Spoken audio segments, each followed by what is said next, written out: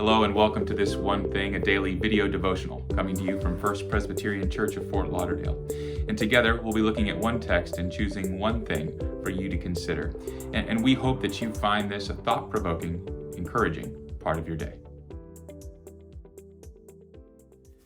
In our passage from Acts, we find Paul in a synagogue located in present-day Turkey, and he's invited to stand up and teach. And when he does, he begins by telling these Jewish people gathered there their own story. He reviews their history. He says that God had chosen them.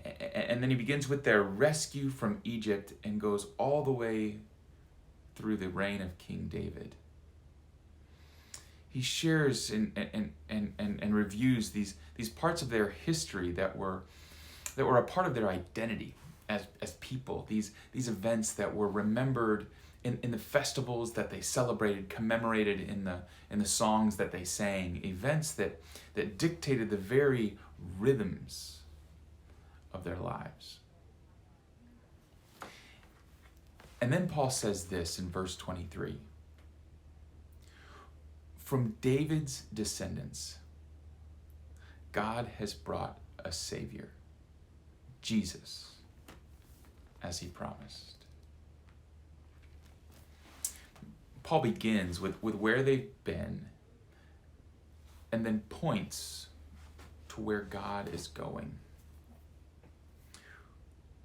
Where have you been?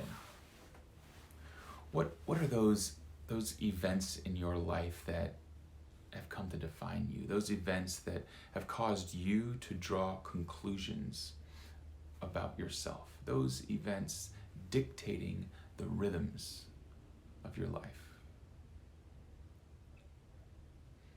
I have a good friend who's a writer. Her name's Erica Oakvik, and she emails a weekly collection of writings and musings, and I'm going to put a link to it down below here. And a couple weeks ago, she included this journal entry in the email, and so these are her words. And she writes, "For years, I thought of gray skies when I thought of Indiana, and I suppose my mind associated the Midwest with a childhood memory of a November trip full of heavy clouds and cold hands. I remembered looking out the window of a back seat, believing those stone-colored clouds had so many snowflakes within them, but they would not fall to me. Disheartened, I decided perhaps Indiana was just not so beautiful.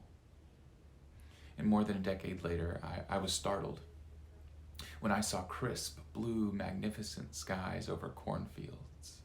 I had returned, and the changing leaves and unabashed sunshine made me wonder about this bias. While I watched a faultless sunset, I thought, Indiana has changed.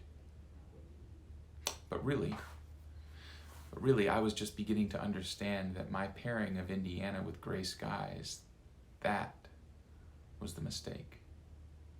I so often hold on to false fleeting coincidences, then coin them as conclusions. I experience something momentarily and believe that must be the way things are. For too long, I believed Indiana wasn't pretty.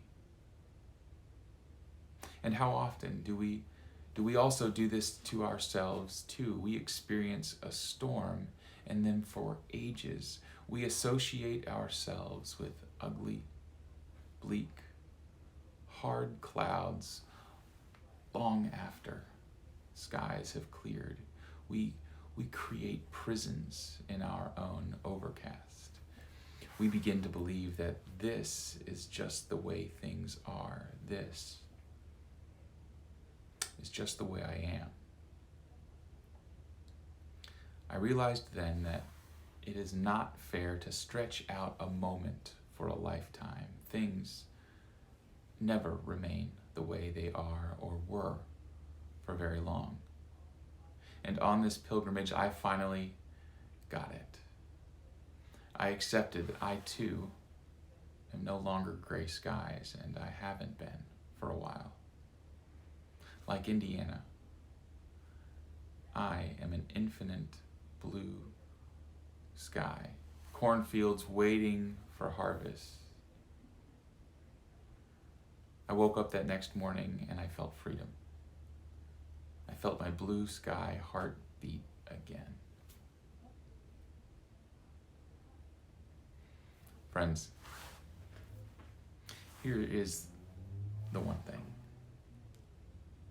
It is the reality that we are not doomed to draw conclusions about who we are because who we have been. Because God has brought a Savior that offers new life, a path to redefining who you are, a path to becoming the person that God says you are. Friends, be safe, be well, have a great weekend. We'll see you next Tuesday.